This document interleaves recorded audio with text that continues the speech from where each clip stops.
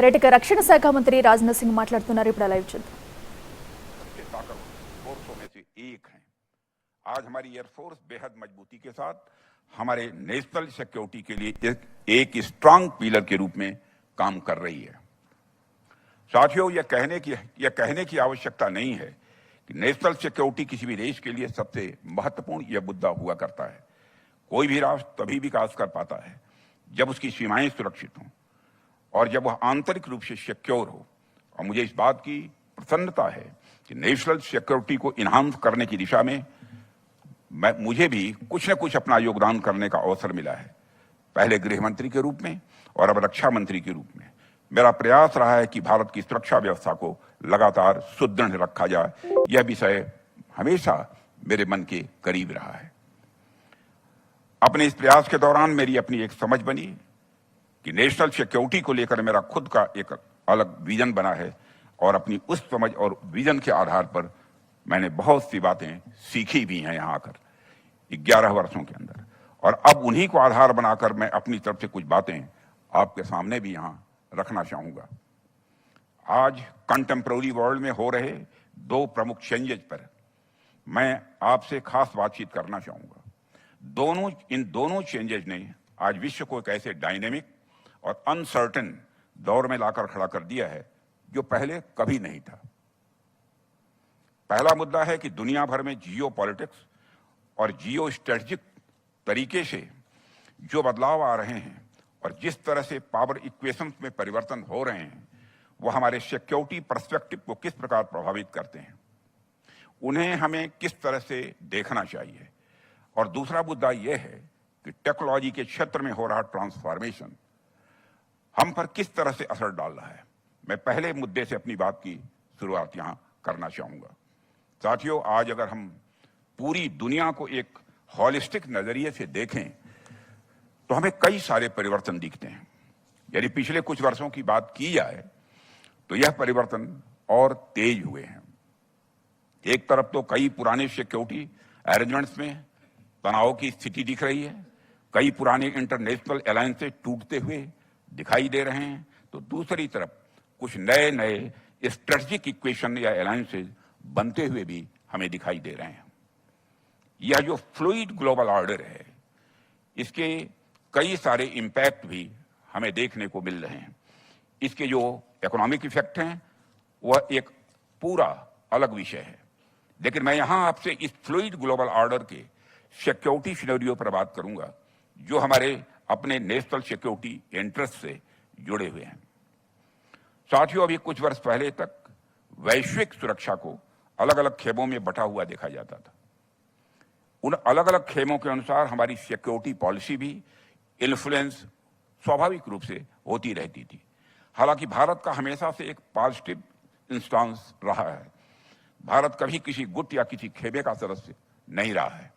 हमने हमेशा अपनी सॉवरेन और इंडिपेंडेंट पॉलिसीज का निर्माण किया है और उसे अपनाया भी है। लेकिन आज की दुनिया थोड़ी अलग है। आज आप देखिए कि 21वीं सदी को एशिया की सदी कहा जाता है। इस कारण 20वीं सदी की जो क्रॉस अटलांटिक पावर इक्वेशंस थी वह अब शिफ्ट होकर एशिया की ओर हमारे नजदीक आ गई हैं। और इंडो पैसिफिक रीजन आज स्ट्रेटेजिकली दुनिया का सबसे इंपॉर्टेंट रीजन यह बनकर उभरा है। और यह जो परिवर्तन हमें देखने को मिला है इसका डायरेक्ट रिलेशन हमारे नेशनल सिक्योरिटी के साथ है। मेरे कहने का यह अर्थ है कि in shifting geo strategic equations का हमारी नेशनल सिक्योरिटी के साथ जितना डायरेक्ट इंटरेस्ट आज है उतना पहले कभी नहीं था।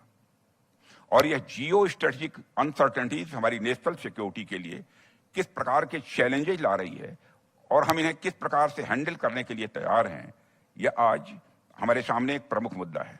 सरकार और पॉलिसी मेकर्स इस दिशा में अपनी ओर से प्रयास कर रहे हैं, लेकिन जाहिर सी बात है इसमें इंडियन एयरफोर्स का योगदान भी बहुत ही इंपॉर्टेंट होने वाला है।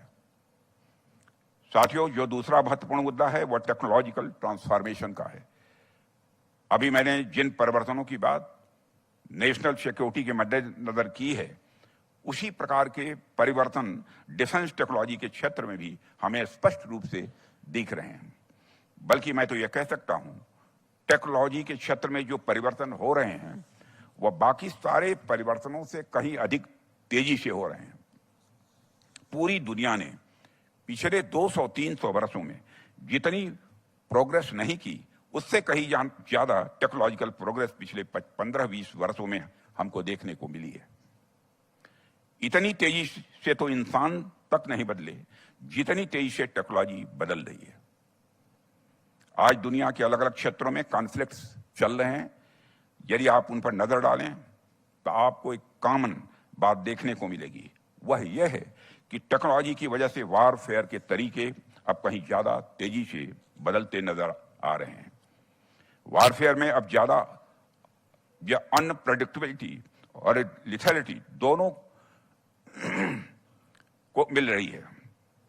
वैसे तो डिफेंस टेक्नोलॉजी लैंड, मैरीटाइम तथा एयर सभी डोमेन्स में परिवर्तन ला रही है, परंतु एयरफोर्स में इन परिवर्तनों का इंपैक्ट कहीं ज्यादा दिखाई दे रहा है। टेक्नोलॉजी आज हमारे एरियल वारफेयर के नेचर और कैरेक्टर में लगातार यह बदलाव ला रही है। आज का एरियल कम्बैट डोमेन जमीन से कुछ फीट ऊंचाई से लेकर स्पेस डोमेन तक फैल चुका है। सर्वेलेंस ड्रोन से लेकर स्पेस मिलिट्री स्टेशन तक न सिर्फ एरियल कम्बैट डोमेन में विस्तार हुआ है, बल्कि इसकी कॉम्प्लेक्सिटी में भी हाल के समय में बहुत ज्यादा बढ़ोतरी भी हुई है। इसमें हमें आश्चर्य भी नहीं करना चाहिए, क्योंकि यह पूरा युग ही टेक्नोलॉजी के क्षेत्र में रिवॉल्यूशनरी ब्रेक थ्रो का युग है। आए दिन हमें ऐसे ऐसे टेक्नोलॉजिकल इक्विपमेंट्स देखने को मिलते हैं जो महज कुछ महीने या कुछ वर्षों पहले तक एग्जिस्ट ही नहीं करते थे। आर्टिफिशियल इंटेलिजेंस या फिर उसके कई सारे एप्लीकेशंस ने आज पूरी दुनिया में तहलका मचाया हुआ है। साथियों, डिफेंस के क्षेत्र में भी आर्टिफिशियल इंटेलिजेंस का रोल तेजी से बढ़ा है और बढ़ने वाला है।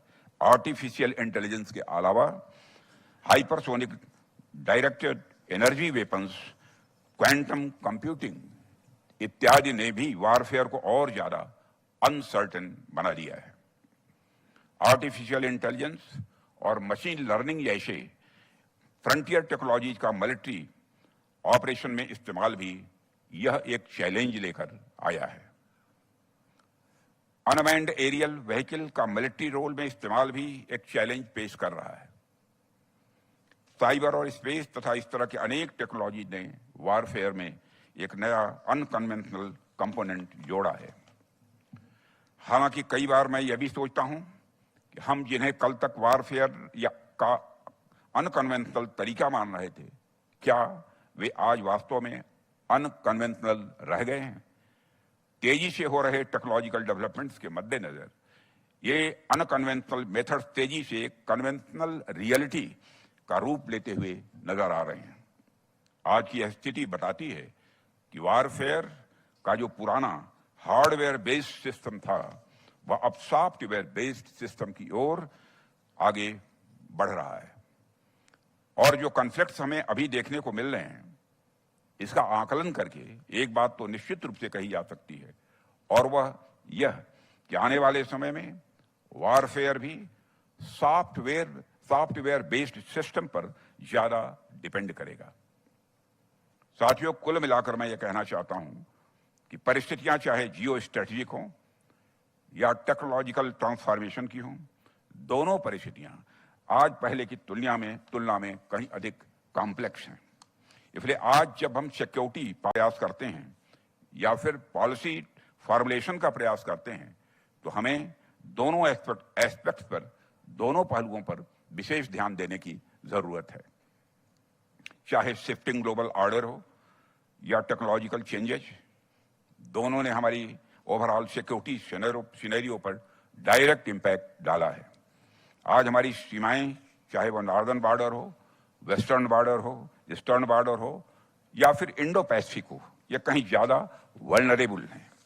हालांकि इन सीमाओं पर चैलेंजेस पहले भी थे, इस सच्चाई को नकारा नहीं जा सकता, लेकिन हालिया परिस्थितियों को देखते हुए यह अब और ज्यादा इंटेंस हो गए हैं।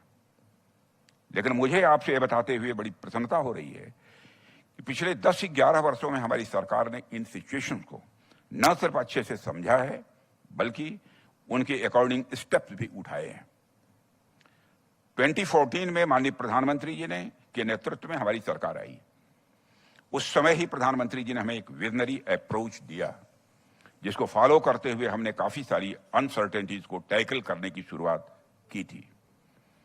यदि हमारी सरकार द्वारा उठाए गए स्टेप्स की मैं बात करूं तो उसमें तो लंबा समय लग जाएगा, लेकिन मैं एक महत्वपूर्ण बिंदु की बात यहां पर जरूर करना चाहूंगा, और वह बिंदु है आत्मनिर्भरता का, सेल्फ रिलायंस का। आत्मनिर्भरता के अपने प्रयासों के माध्यम से हमने अपने आर्म फोर्सेस, खासकर एयरफोर्स के ट्रांसफॉर्मेशन का बीड़ा उठाया हुआ है। और हम इस बात को अच्छी तरह जानते थे कि राष्ट्रीय सुरक्षा जैसा महत्वपूर्ण मुद्दा आउटसोर्सिंग के दम पर लंबे समय तक नहीं चल सकता है। यहां आउटसोर्सिंग से मेरा आशय है इंपोर्ट डिपेंडेंस। वह कहीं ना कहीं हमारी नेशनल सिक्योरिटी को कंप्रोमाइज कर रहा था। हमें अब डिफेंस सॉवरेनिटी की ओर जाना था और हमने उसके ऊपर कार्य करना यह प्रारंभ किया है। इसलिए हमने देश के अंदर ही डोमेस्टिक डिफेंस मैन्युफैक्चरिंग पर विशेष बल दिया है, जिसके सकारात्मक परिणाम आज हमें देखने को मिल रहे हैं। आज न केवल पब्लिक सेक्टर